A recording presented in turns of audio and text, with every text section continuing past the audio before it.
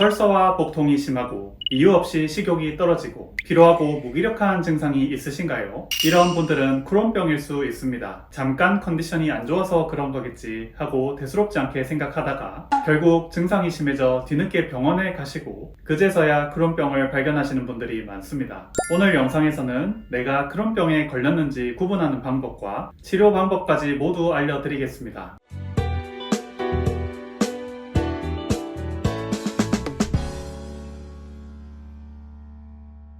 안녕하세요.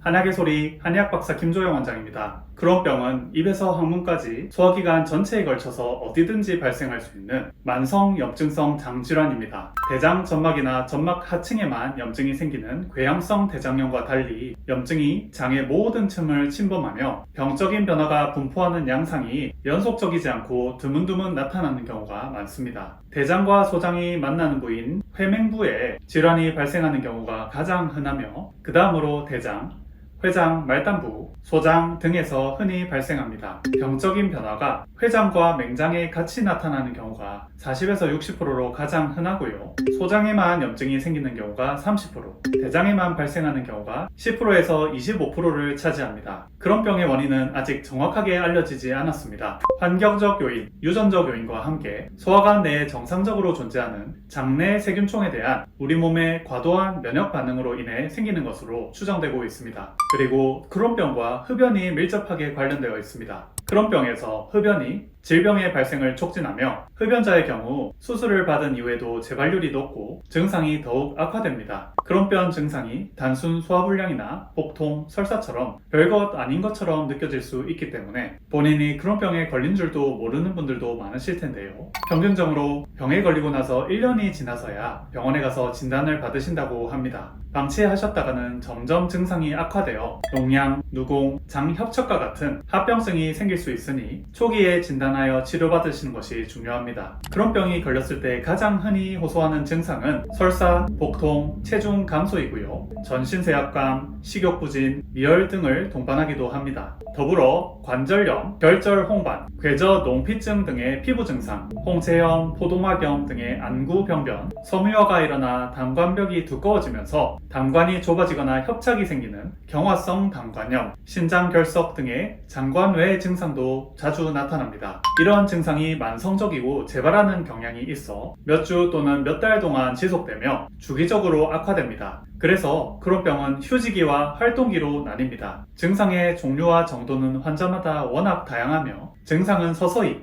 또는 급속히 나타납니다. 증상이 며칠 내로 낫지 않고 장기간 유지된다면 반드시 병원에 가보셔야 합니다. 우리나라 크론병 환자의 30에서 50%에서는 항문 주위에 병적인 변화가 동반됩니다. 흔히 치핵이나 치루 등이 생기는데 크론병이 생기지 않은 경우에 비하여 그 증상이 단순하지 않기 때문에 조심해야 합니다. 그러면 크론병은 어떻게 치료할 수 있을까요? 서양의학적으로 크론병의 치료 목표는 증상이 사라지게 하고 이를 유지하여 환자의 삶의 질을 올리고 병의 진행을 막아서 합병증을 예방하는 것이라고 합니다. 크론병에 사용하는 주요 약제는 설파살라진, 메살라민 등의 항염증제, 보신피질 호르몬제, 아자치오프린, 퓨리네톨 등의 면역조절제, 메트로니다졸, 시프로플록사신 등의 항생제, 항-TNF 제제, 알파포, 베타7, 인테그린 단클론 항체 등의 생물학적 제제입니다. 크론병 환자의 약 50% 정도는 내과적 치료에도 불구하고 증상이 조절되지 않거나 천공이 생기거나 조절되지 않는 대량 출혈, 지속적이거나 반복적인 장 폐쇄와 대장암, 농양, 누공 등의 합병증이 발생하는데요. 그 경우는 수술적인 치료까지 고려해야 합니다. 수술적 치료를 하시기 전에 한의학 치료를 받아보시면 참 좋은데요. 한의학에서는 체질에 맞게 오장육부의 불균형을 바로잡아서 소화기관을 보강하는 침치료와 한약치료를 하고 체질에 맞게 음식을 가리게 도와드립니다. 그러면 양약만으로 잘 치료되지 않던 크론병 환자분들도 잘 치료가 되는 경우가 많습니다. 실제 사례와 함께 치료법을 설명드리겠습니다. 환자분은 30대 여성분으로 지난해 여름에 처음 내원해 주셨습니다. 처음엔 그냥 체질을 알고 싶어서 체질 상담을 받으러 오시던 분이었습니다. 문진을 해봤더니 크론병으로 인해서 변비와 설사가 계속 반복되고 있으셨고요.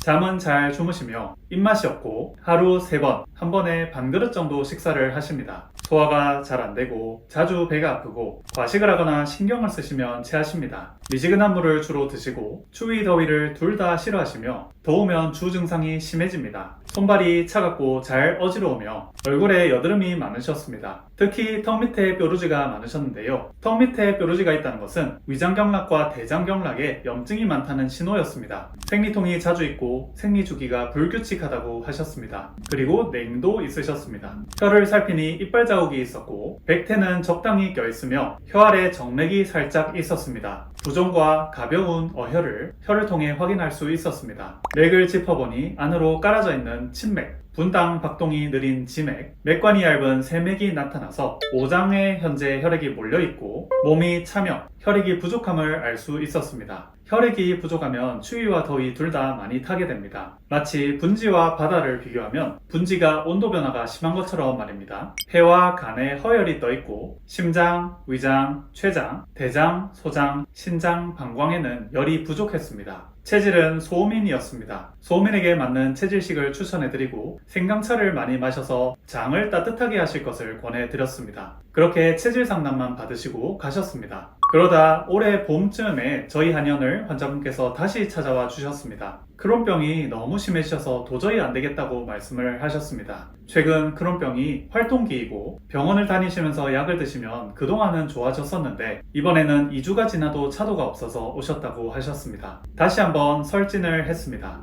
약간의 붓기와 혀 아래 정맥은 그대로인데 혀가 떨리고 있었습니다. 복통으로 인해서 스트레스를 심하게 받으시고 계심을 알 수 있었습니다. 다시 맥을 살펴보니 가라앉아 있는 침맥과 맥관이 얇아져 있는 세맥은 그대로인데 분당 맥박이 빠른 상맥이 나타났습니다. 여전히 폐와 간에 허혈이 떠있고 심장, 위장, 췌장, 방광, 신장, 대장, 소장은 약한 상태였습니다. 허혈이 조금 더 생기고 염증이 심해졌음을 맥을 통해 알 수 있었습니다. 따뜻한 날씨임에도 불구하고 보일러를 틀어놓고 지내실 정도로 몸이 추위를 타셨으며 몸에 가끔 열이 날 때가 있으시다고 하셨습니다. 손발이 땀이 나고 마르지는 않는다고 하셨습니다. 저는 환자분의 몸 상태에 맞게 당귀 백화어 관중탕을 가감하여서 처방을 해드렸습니다. 병을 빨리 잡기 위해 하루 3번 한약을 드실 것을 권해드렸습니다. 참 다행이었던 것은 이분이 침에도 한약에도 반응이 좋았다는 점이었습니다. 처음 침치료 시작하면서부터 현재 몸 상태에 맞게 심장과 위장, 췌장, 그리고 장을 튼튼하게 하는 사암침 비정격이라는 침을 놔드렸는데요. 그 침을 맞고 나시면 바로 복통이 풀리셨습니다. 그리고 체질에 맞게 산삼약침을 놔드렸는데요. 이것도 효과가 매우 좋았습니다. 그렇게 5차례 침을 맞으신 이후에는 요새 많이 좋아져서 설사 없이 복통 없이 잘 지내신다고 말씀을 해주셨습니다. 그런데 그 이후에 오리고기를 드시고 설사를 조금 하셨다고 하셨습니다. 환자분은 체질이 소음인이신데 오리고기는 소양인 음식이기에 소양인 음식을 드시고 탈이 나신 것으로 보였습니다.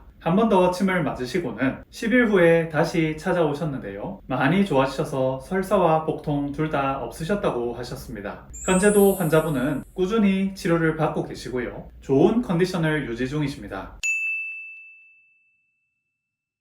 오늘은 크론병이란 무엇인지 어떻게 치료할 수 있는지 양의학적, 한의학적으로 설명을 드렸습니다. 마지막으로 강조를 드리고 싶은 게 있습니다. 서양의학적으로 진단받으시고 약물 치료를 하시다가 수술적 치료까지 필요하신 분들께서는 우선 본인의 체질을 정확하게 아시고 음식 관리를 체질에 맞게 철저히 하시고요. 몸 상태에 맞게 침치료와 한약 처방을 받으셔서 치료를 해보실 것을 권해드립니다. 더 궁금한 점이 있으신 분들께서는 댓글을 남겨주시면 제가 직접 답변을 남겨드리겠습니다. 영상이 도움이 되셨다면 구독과 좋아요 부탁드립니다. 지금까지 한약의 소리 한의학 박사 김조영이었습니다. 감사합니다.